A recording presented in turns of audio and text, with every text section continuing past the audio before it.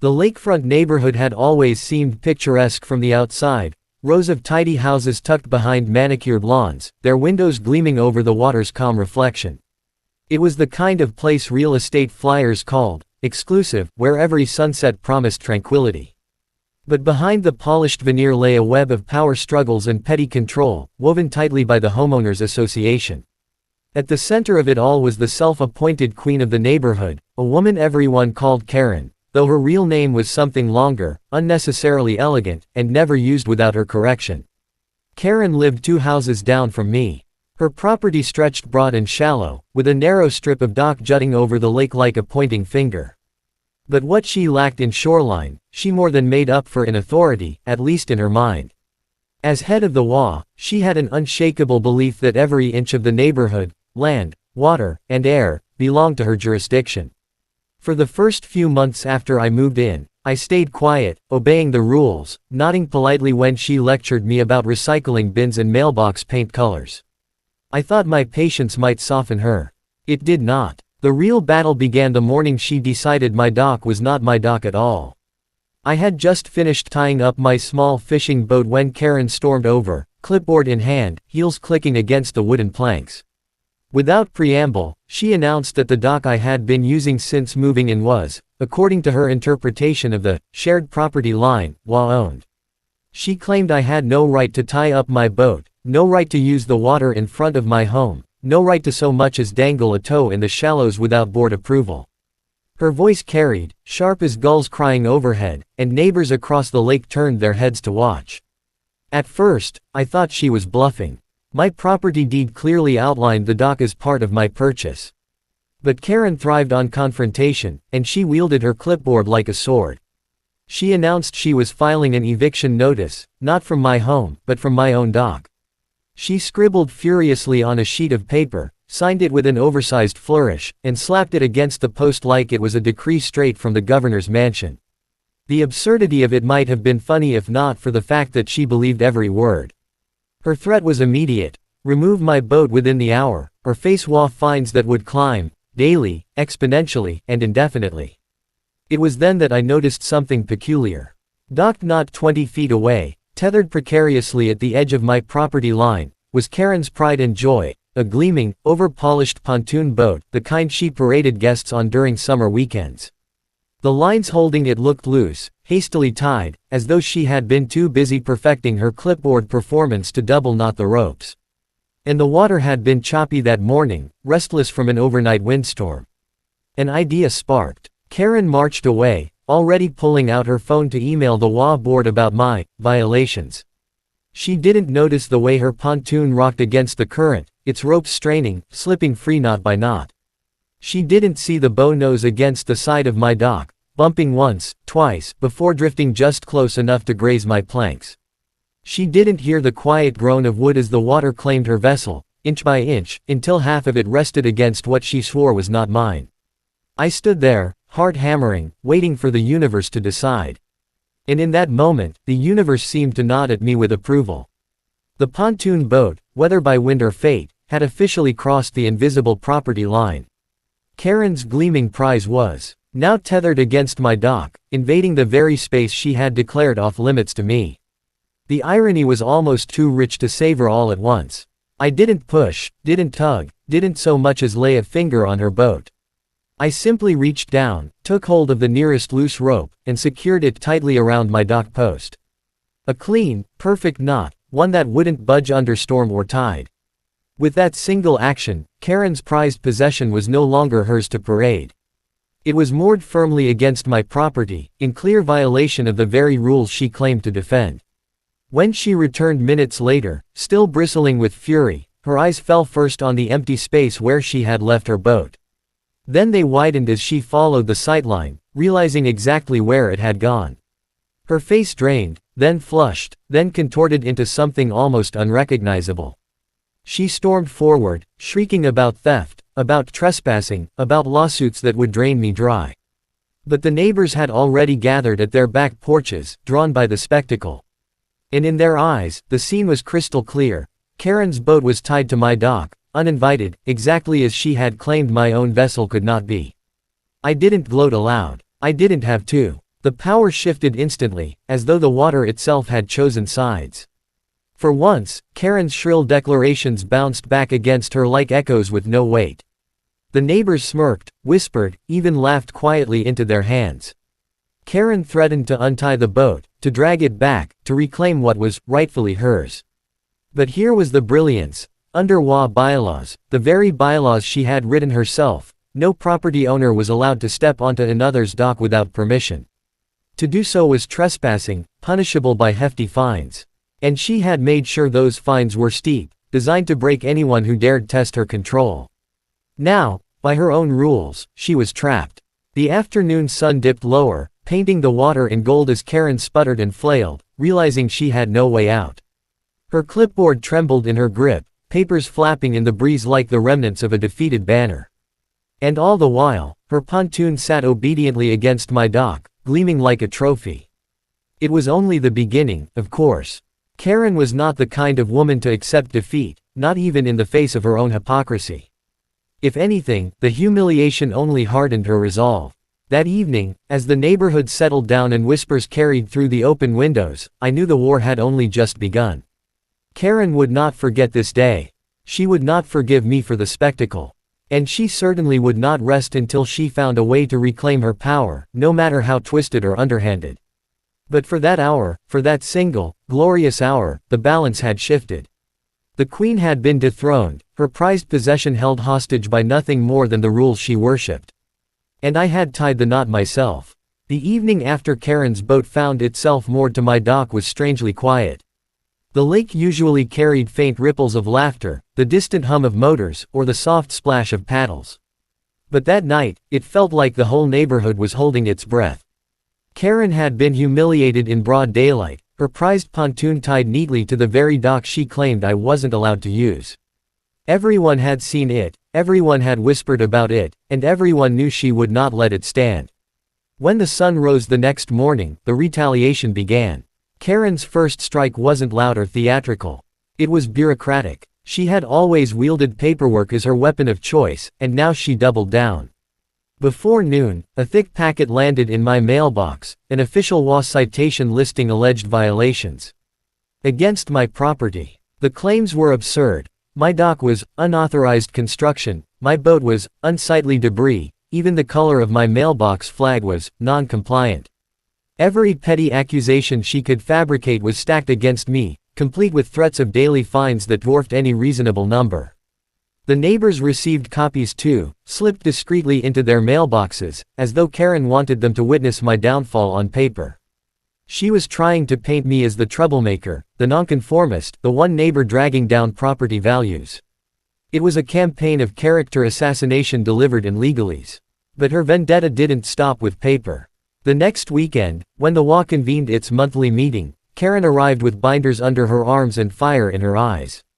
The gathering was supposed to be casual, a circle of lawn chairs near the clubhouse, with pitchers of lemonade and polite chatter. Instead, Karen turned it into a trial. She laid out her accusations against me, one by one, her voice sharp and self-righteous. Yet something unexpected happened. The spectacle of her boat moored on my dock still lingered fresh in everyone's mind. Neighbors who had once nodded obediently at her lectures now shifted uncomfortably in their seats. They exchanged glances, raised eyebrows, even smirked when her voice cracked with frustration. The more she tried to frame me as the villain, the more she reminded everyone of her own hypocrisy. Still, Karen wasn't a woman who backed down. If the HOA board hesitated, she leaned harder, reminding them of the bylaws she herself had crafted. She pushed for immediate fines, forced compliance, and even threatened to place liens on my property. Her campaign was relentless, and though the crowd didn't fully rally to her side, her sheer force of will kept her threats alive. As the days stretched into weeks, I felt the weight of her harassment. Each morning brought new notices, each evening carried the tension of her pacing at the edge of her lawn, glaring toward my dock. She couldn't reclaim her boat, not without breaking her own rules, but she sought to reclaim her power through intimidation. And yet, the boat itself remained the silent witness. Each time I stepped onto the dock, its glossy hull gleamed beside mine, a reminder of the absurdity of her crusade. Neighbors passing by on their evening strolls would glance at it, shake their heads, and mutter under their breath. Karen's pride had become her prison, and the sight of it tied securely to my dock fueled her rage every day. But Karen was clever. If she couldn't beat me through paperwork alone, she would escalate further. Soon, she began using her influence in subtler, more invasive ways. Contractors I hired suddenly canceled at the last minute, citing pressure from the HOA. Deliveries to my address were mysteriously delayed, packages rerouted or misplaced. Even the landscaping crew that had served the neighborhood for years began avoiding my lawn, fearful of Karen's wrath. The isolation was deliberate. Karen wanted to suffocate me with inconvenience, to make my life so difficult that I would surrender. She thought she could grind me down slowly, piece by piece, until the fight drained out of me. But she underestimated something. For every neighbor who cowered under her influence, another quietly reached out. One slipped me copies of HOA minutes, showing just how aggressively she pushed her agenda. Another left a note of encouragement, reminding me that the community had grown tired of her reign. Whispers carried through the grapevine that people were starting to see the cracks in her authority.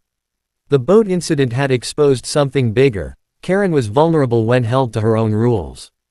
And then, almost as if the lake itself wanted to intervene again, nature delivered a turning point. A summer storm rolled through one night, fierce winds whipping across the water.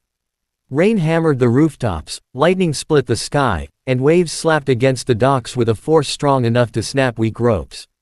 By morning, debris littered the shoreline, branches, leaves, and stray items from poorly secured yards.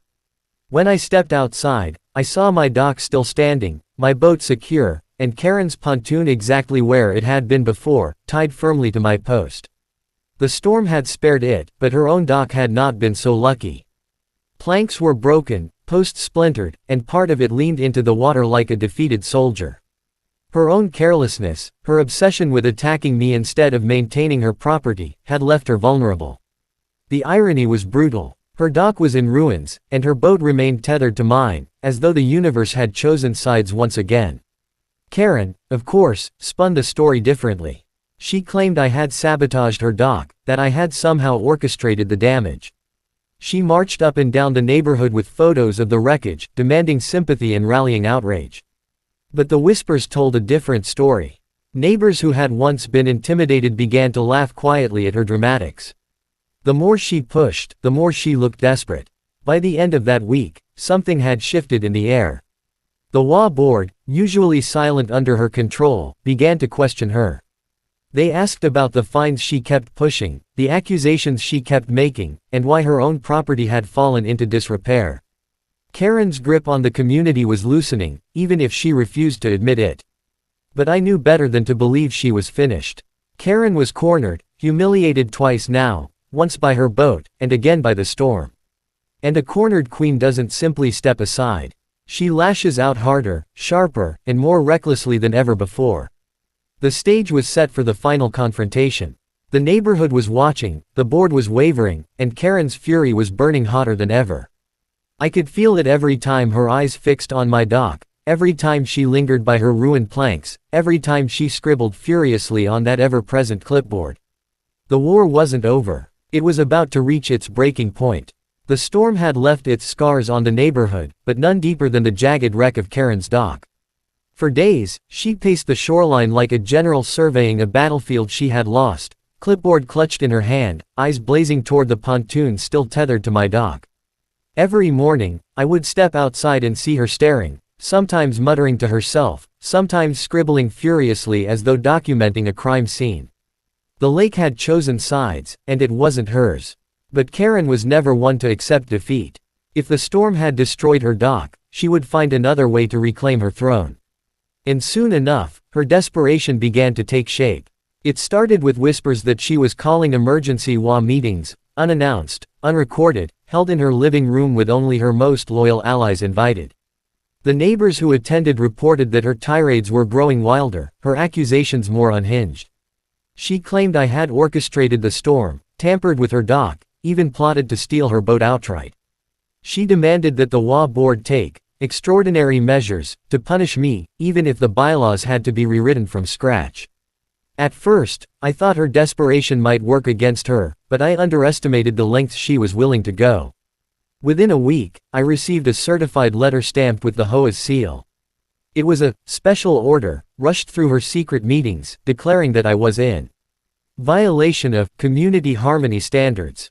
According to this fabricated rule, my dock was illegally impeding the neighborhood's shared enjoyment of the lake. The letter demanded that I remove not only my boat, but the dock itself, within 10 days, or face legal action from the HOA. It was Karen's boldest move yet, and her most reckless. By trying to rewrite the rules to target me alone, she exposed her true motives for everyone to see. Neighbors who had once been silent now grumbled openly, questioning why their dues were funding her personal vendetta. The board members she leaned on began to grow uneasy, recognizing that her war had stopped being about the community and become entirely about pride. Still, the threat was real. The HOA had resources, and Karen knew how to wield them. She wanted me gone, or at the very least stripped of the dock she had failed to seize by force of will.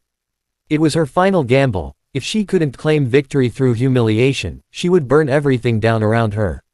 As the deadline loomed, I prepared myself. I gathered documents, photographed property lines, and collected every shred of evidence I had. The deed to my dock, the bylaws she had twisted, the letters she had sent. I knew the fight was coming, and I knew it wouldn't be quiet. The showdown arrived in the form of a neighborhood-wide HOA hearing, one Karen insisted be public. She wanted an audience for my downfall, a spectacle where she could once again play the queen. The clubhouse filled quickly that evening, neighbors crammed into folding chairs, murmurs echoing against the walls. At the front of the room sat the board, visibly uncomfortable under Karen's piercing glare. She launched her case like a prosecutor, pacing back and forth, binder after binder thudding onto the table. She painted me as the villain who had corrupted the lake, defied the community, and stolen her boat. She flashed photos of her ruined dock, waved copies of the fabricated harmony standards, and declared that if I wasn't punished, the entire neighborhood would collapse into chaos. Her voice rose higher with every word, echoing off the walls until it felt less like an argument and more like a performance unraveling in real time. And then it was my turn. I didn't match her volume. I didn't pace or wave my arms. I simply laid out the facts, one piece at a time. I held up my property deed, clearly marking the dock as mine. I cited the bylaws she had written, the very ones preventing her from stepping onto my dock to reclaim her boat.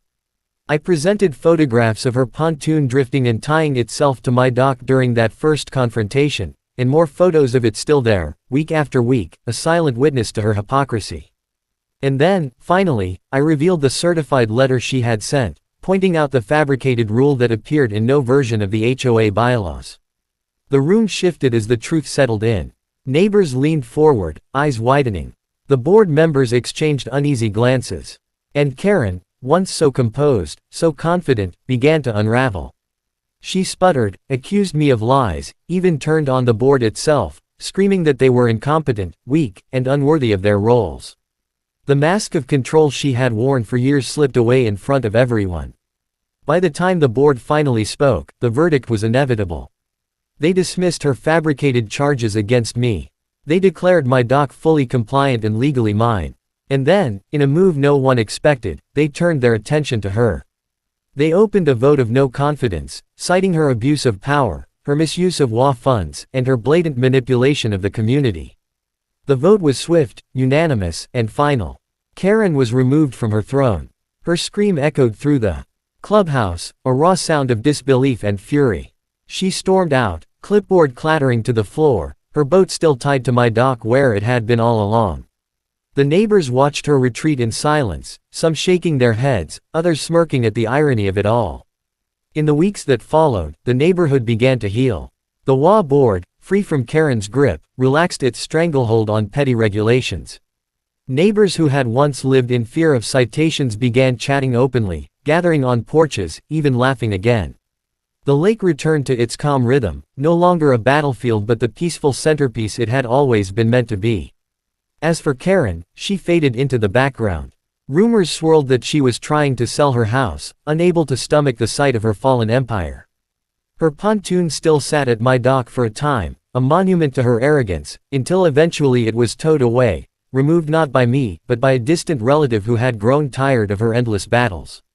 And me, I kept my dock. I kept my boat. But more importantly, I kept my peace.